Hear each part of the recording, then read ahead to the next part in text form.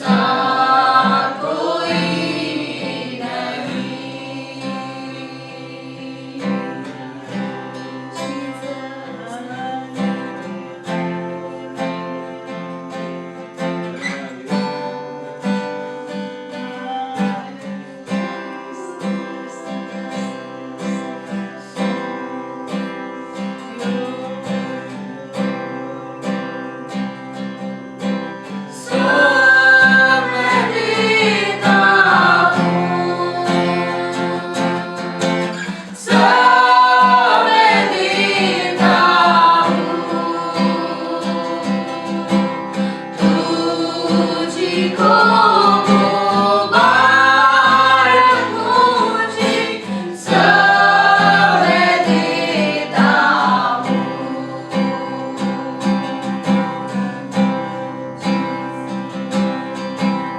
यीशु को मैं सब कुछ देता, सब कुछ करता हूँ कुर्बान।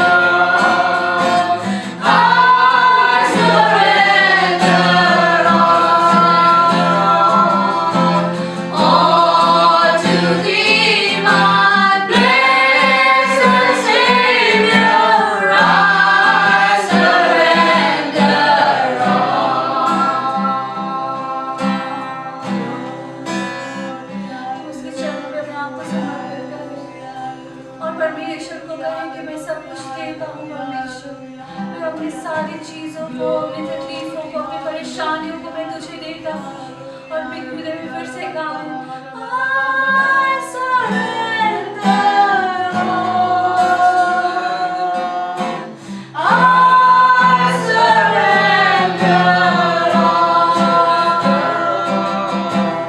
all to thee, my blessed Savior.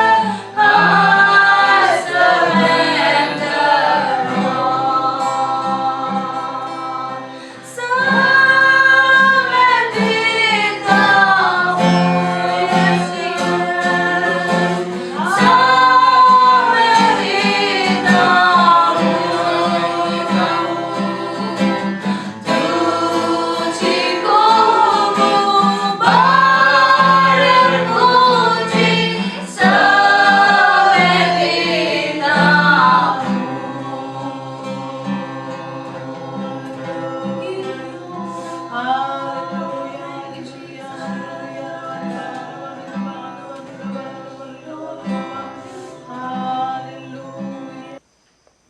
आइए परमेश्वर के वचन में हम लोग जाएं। हम लोग इन दिनों में लगातार उद्धार और मुक्ति के बारे में देख रहे हैं, विश्वास और उद्धार के बारे में। विश्वास और उद्धार एक साथ साथ चलता है और परमेश्वर महान है। जिस बात को हम लोग देखते आ रहे हैं इन दिनों में, कई बातों को देखे, उद्धार की कथा, जो क्रूस की कथा है, उद्धार पाने वालों के लिए सामर्थ का है और नाश होने वालों के लिए मूर्खता की कथा है। उसमें देखे हम लोग कई एक जन को उद्धार के बारे में पिछले दिनों में हम लोग देख रहे थे। परमेश्वर ने उन लोगों को उद्धार दिया पौलुस को, और उसके बाद और लोगों को ध्यान से देखते आए। इन्हीं प्रेरितों के काम में हम लोग देखे थे कि उद्धार मुक्ति किस तरह से दरोगा भी पाया, और इस तरह देखे कि परमेश्वर अपनी महिमा को उनके जीवन में प्रकट किया।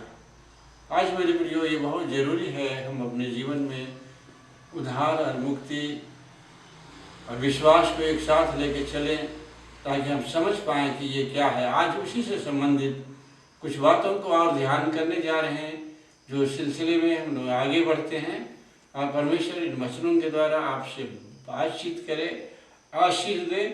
और ये निर्गमन 2 अध्याय 23 से लेकर 25 पद तक हम लोग पढ़ते हैं, और उसके बाद हम लोग और बातों को इससे निर्गमन 3 अध्याय में भी देखेंगे। बहुत दिनों के बीतने परमेश्वर का राजा मर गया। इस्राएली कठिन सेवा के कारण लंबी लंबी सांस लेकर आहें भरने लगे और पुकार उठे, और उनकी दुहाई जो कठिन सेवा के कारण हुई वह परमेश्वर तक पहुंची। परमेश्वर ने उनका कराहना सुनकर अपनी वाचा को, जो उसने अब्राहम, इसहाक और याकूब के साथ बांधी थी, स्मरण किया, और परमेश्वर ने इस्राएलियों पर दृष्टि करके उन पर चित्त लगाया। हाँ, परमेश्वर ने इस्राएलियों पर दृष्टि करके उस पर चित्त लगाया।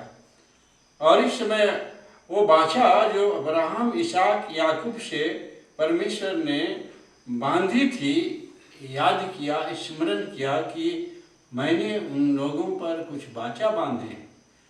परमेश्वर अपनी वाचा में पक्का है, और इसलिए जब वो कठिन परिश्रम में कठिन सेवा इस्राएलियों से कराया गया मिस्र का राजा, और तब वो लंबी लंबी सांसें लेकर आहें भरने लगे और पुकार उठे, और उनकी दुहाई जो कठिन सेवा के कारण हुई परमेश्वर तक पहुंची। मेरे प्रियो, हम लोग इस बात पर ध्यान कर सकते हैं, इस्राएली लोग किस तरह कठिन परिस्थिति में थे, और परमेश्वर उन्हें छुटकारा देने के लिए वहाँ पर उतर आया। जब वो लोग दुहाई दिए, लंबी लंबी सांसें लिए, और कठिन परिश्रम के कारण से परमेश्वर की दुहाई देने लगे, और परमेश्वर के कान तक ये दुहाई पहुँची।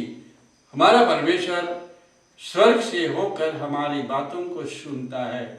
जो आहें भरकर हम लोग प्रार्थनाएं करते हैं, परमेश्वर उस प्रार्थना का उत्तर के रूप में देता है। मेरे प्रियो, इस समय देखते हैं परमेश्वर उनकी आहें को सुनकर परमेश्वर ने अपनी वाचा को याद किया। परमेश्वर की वाचा हमारे साथ युग युग का बंधा हुआ है, और अगर उत्पत्ति में भी ध्यान करेंगे तो उसमें परमेश्वर जल प्रलय के समय एक वाचा और बांधा और बादलों में धनुष को रख दिया कि अपनी वाचा को स्मरण करे कि मैं कभी फिर जल प्रलय ना भेजूंगा, अब पृथ्वी को नष्ट ना करूंगा। इस वाचा को याद करने के लिए ही धनुष बाण को वो पानी के दिनों में, वर्षा के दिनों में आप देख पाते हैं। मेरे लिए वाचा है, परमेश्वर की वाचा है मनुष्यों के साथ। परमेश्वर ने मनुष्यों को सृष्टि की, आदम हवा के रूप में उसके संतान पृथ्वी पर भर गए, फूलो फलो जय तो भर जाओ, ऐसे आशीषों को दिए। इन पाप के कारण, परमेश्वर से दूर होने के कारण से फिर से परमेश्वर ने अपनी वाचा को स्मरण किया है। और परमेश्वर ने इस समय हम लोग देखते हैं अपने इस्राएलियों के लिए अपनी वाचा को स्मरण करके यहाँ पर देखते हैं कि उनकी दुहाई को सुनने के लिए उत्तर आया और अब्राहम, इसहाक, याकूब से जो वाचा बांधा था उसको हमारे संग भी परमेश्वर वाचा बांधता है। मेरे प्रियो, जब हम परमेश्वर की सृष्टि हैं तो केवल वाचा ही नहीं बांधा, स्मरण ही नहीं किया और याद ही नहीं किया कि उसके लिए कुछ उपाय नहीं किया। और अगर इसे 3 अध्याय में देखते हैं कि परमेश्वर ने मूसा को चुना और मूसा को अद्भुत रीति से चुना और उससे बातें किया और मूसा से कहा कि मैं अपने इस जाति के लोगों को छुटकारे के लिए उतर आया हूँ। निर्गमन 3:6 को पढ़ते हैं। फिर उसने कहा, मैं तेरे परमेश्वर, तेरे पिता का परमेश्वर और अब्राहम का परमेश्वर, इसहाक का परमेश्वर और याकूब का परमेश्वर हूँ।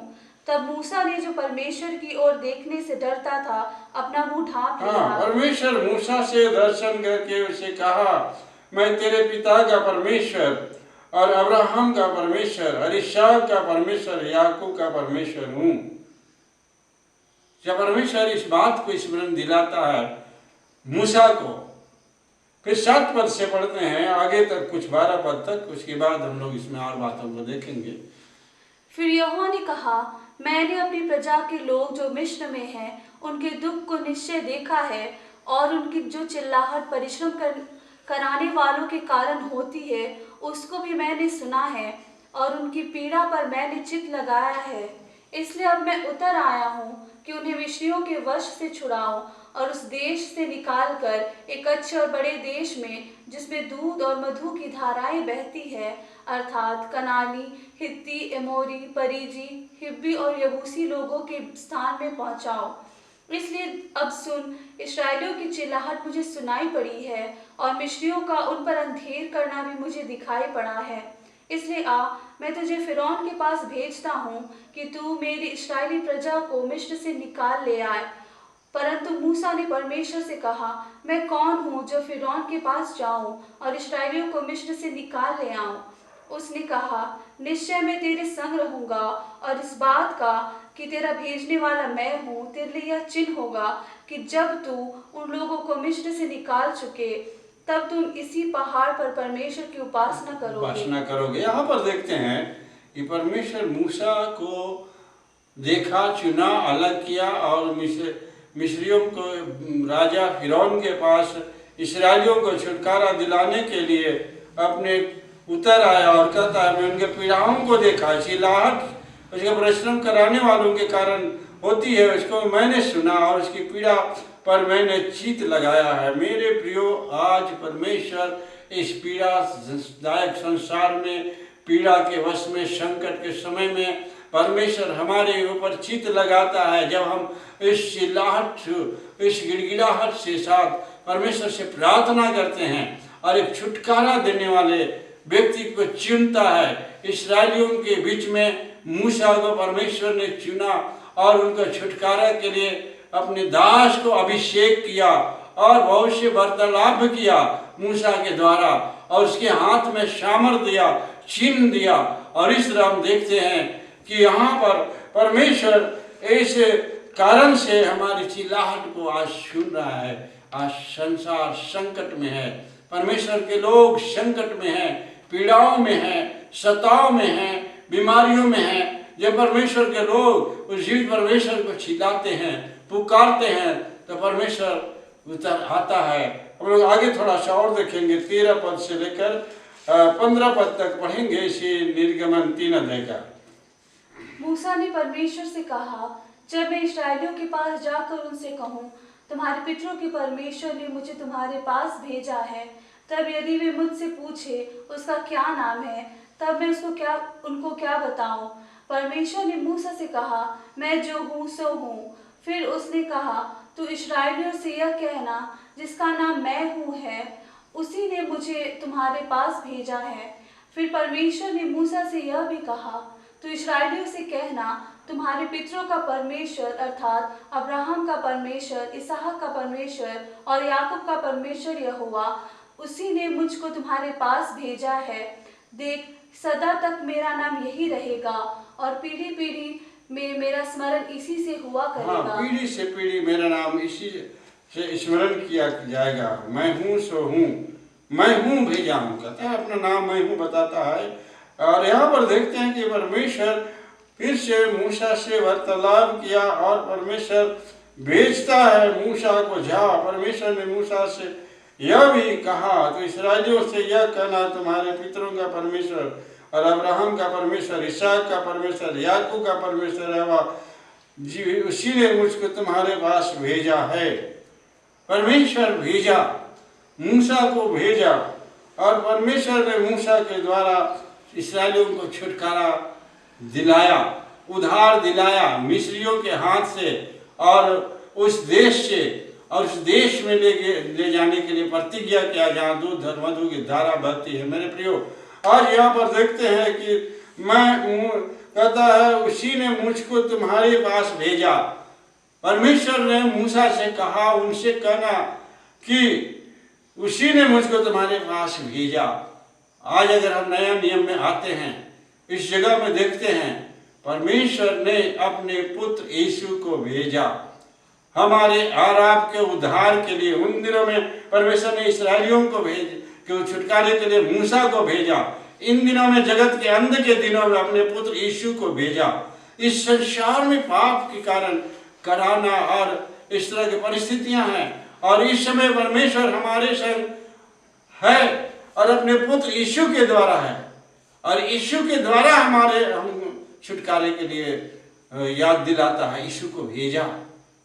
परमेश्वर ने जगत से ऐसा प्रेम रखा कि अपना इकलौता पुत्र दे दिया, ताकि जो कोई इस पर विश्वास करे नाश न परंतु जीवन पाए।